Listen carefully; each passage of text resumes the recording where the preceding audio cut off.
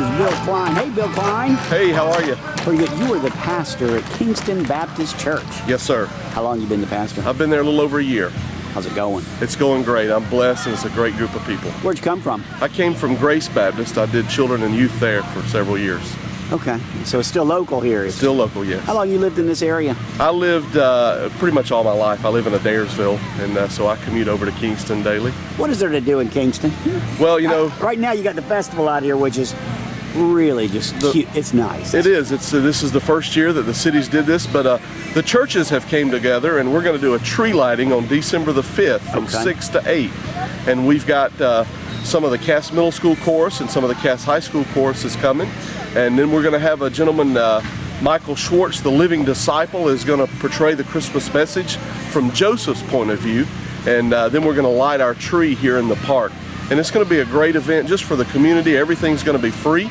We'll have hot chocolate and cookies and apple cider, and just a great time to fellowship as we welcome in the Christmas season. That's December 5th. December 5th from 6 to 8. So all the churches are coming together? They are. Yeah, there's about 8 of us working. Was that hard to organize? You know, it's not when we pray about it and God gets involved. What are you doing nowadays to bring in the youth to the church? I understand youth come in when they're with their parents. How do you keep them when they move out? You know, that's been a difficult thing that pastors have contemplated for years, and I think really everything is relational. You've got to build a relationship with them. You can have the events, but if that relationship's not there, then they won't stay. Bill Klein, everybody, Kingston Baptist Church. Thank you very much for joining us. Thank you. Hi there. Welcome to Weston Pharmacy. We're a locally owned pharmacy here in Cartersville. We're independent, not associated with any chains, located conveniently on West Avenue next to the subway. We specialize in providing great customer service to our customers. Most of our customers wait less than 10 minutes to get their prescriptions filled. We are located on West Avenue next to Subway, just east of Eagles. We accept insurance. We have competitive prices for those who do not have it. Come see us and experience the best service in town.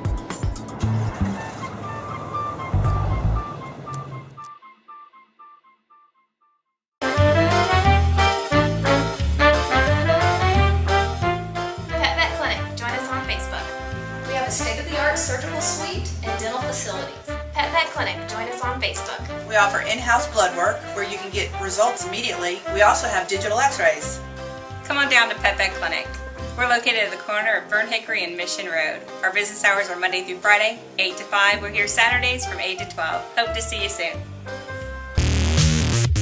Hey, welcome to Sixes.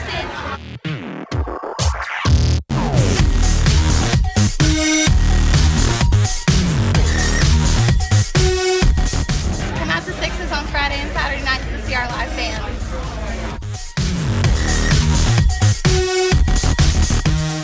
Don't forget to join us for Thursday night trivia, and we have a lunch menu every day for $8. Hey guys, my name's Christopher Brown. Y'all come out to Sixes Tavern and check out our new billiard room. We're here Monday through Friday, open to close, and we're here Friday and Saturday night, open to close. We got 7 brand new tables. Y'all come out and check us out.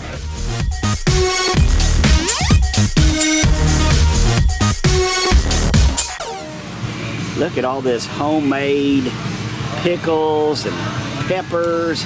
We have salsa. Salsa. Hot peppers. Are they hot? Yes, they are. They're spicy hot. Do people like them hot nowadays? I mean, are there people that's what they want? I heard it's actually good for you. Hot peppers are healthy. A lot of people request the hot peppers. Do they? Yes, they do. Now, what do you do? What would you use these hot peppers on? What would you use them for? You can use them mainly for anything. You can use them for with your greens or seasoning, mainly. Do you do all this? Who does this? No, my mother Jewel does. Hi. So she does all of the canning. Okay. We have Chow Chow. Chow Chow, where's that? This is the Chow Chow. That's mainly used for a lot of vegetables. You can use it as a relish for hot dogs. Or basically any kind of other ingredients you want to add. Did this rub off on you? Are you doing this too? I do that sometimes. I do. Sometimes you do? Yes, I do. Well, how's business today? It's just, of course, it's early. It's just getting started. It's going well. People are starting to come in and they're browsing and they're buying a little. They're buying a little? Yes. Very excited. We have homemade jellies and jams and salt. Let me show your jellies real quick here. Let me show you jellies.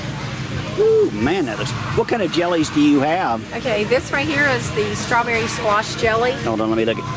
Strawberry squash jelly. Right, it's like a marmalade, more or less. People don't understand it's a difference. Okay. And then we have apple butter, muscadine, grape, blackberry jam and jelly. Let me show it all. Who buys strawberry squash jelly? Well, do people come in and say, do they really? They do. I don't think I've ever had that. Okay, I don't think I've ever heard. It's a new one. It's new, but it's really good. It's really good. And y'all come up with this, and is your ideas or? Yes. Strawberry squash jelly. It looks appealing. It looks good. And this is the apple butter. Apple butter. This is pumpkin butter. Pumpkin butter. Yeah, I would think some of this would be good. What's this pretty jar right there? That's the same as the squash jelly. Oh, it is. It's very pretty stuff. Well, tell everybody who you are again. I'm Brenda Culver, and my mother, Jewel Kreider. She does the Jewel jellies and jams. How long you live in this area? We're from Hiram. Hiram, Georgia. Yes. You commuted up here.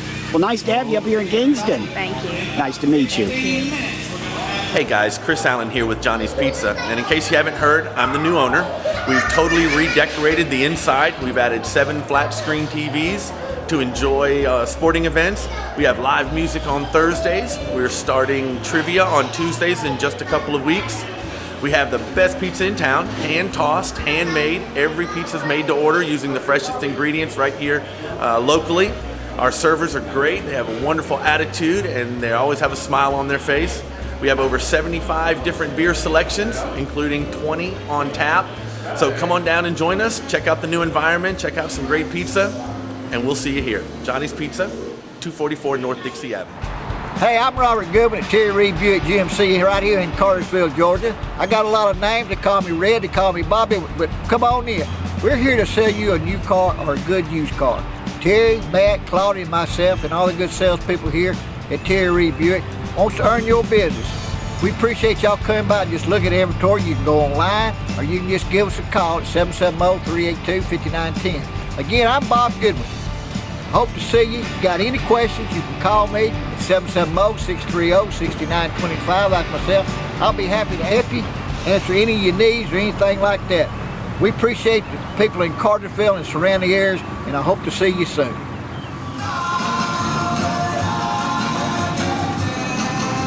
Extraordinary Comfort. This is your book. Yes, sir, it is. This is the true story of my mother's near-death experience, where she met the son that she lost before he was born. When did this happen? Well, this happened in 1998. Okay. And she passed away about 2 months after this event.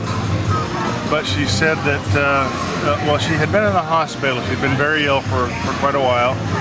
And she'd gone into a coma.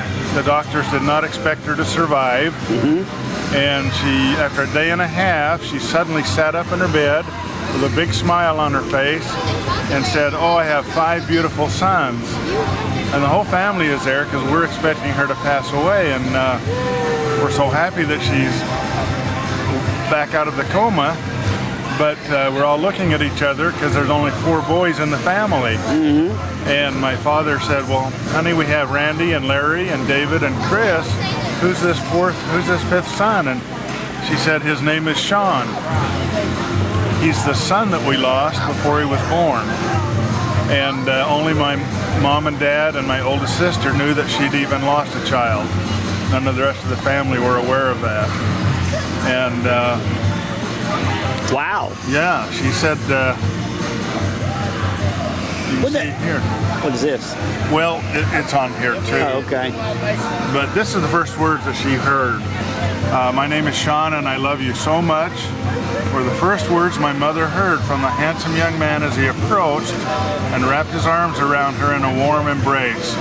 Kissing her on the cheek, he then explained that he was the child she had lost so long ago to stillbirth. My mother was in heaven, literally. And she said that while she was there, she met her parents and grandparents and other relatives. but she said she was like in her 20s, and she'd been in a wheelchair for many years, and she said I could twirl, I could walk, I could move around, and so she said she was in her 20s. This is a artist sketch from a photo of her in her 20s, and this is her description of her son Sean, who she also described as in his 20s. So how did this change her? Afterward, how was she changed from this? Well, when she came out of this coma and she was back with us, she was just so happy all of the time, but she was so frustrated because she said, I felt so good there, and everybody wanted me to stay, but I had an overwhelming feeling that I needed to come back to do something important.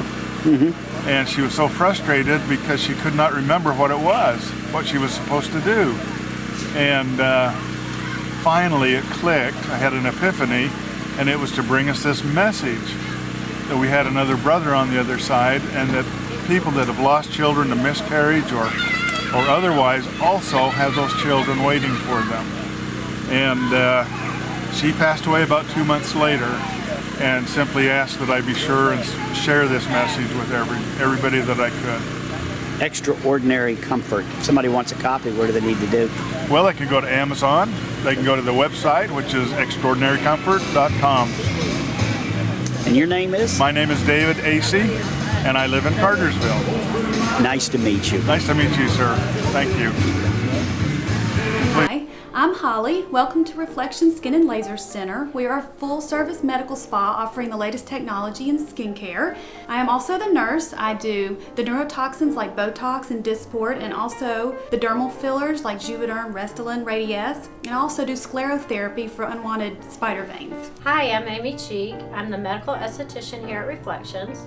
This is where I do aesthetic work like chemical peels, microdermabrasion, and microneedling. Hi, I'm Jennifer, and this is where we do the cool sculpting, the Ulthera, and we have an Affirm skin tightening laser as well. Here we are in the laser room where we do laser hair removal, laser pigment reduction, laser vein treatments. If you have any questions about any of our procedures or products, please call us. All our consultations are free, or you could just stop by. We're located in the Weston Commons Shopping Center. SOS Mattress, best quality, best price, guaranteed. Where can you find a huge selection of high-end mattresses without paying high-end prices? SOS Mattress, best quality, best price, guaranteed. Where can you save 50 to 80% off retail every day? SOS Mattress, best quality, best price, guaranteed. We offer the lowest prices on the best name brand mattresses. SOS Mattress and Clearance Center on Highway 41 in Cartersville, 1 block south of Home Depot.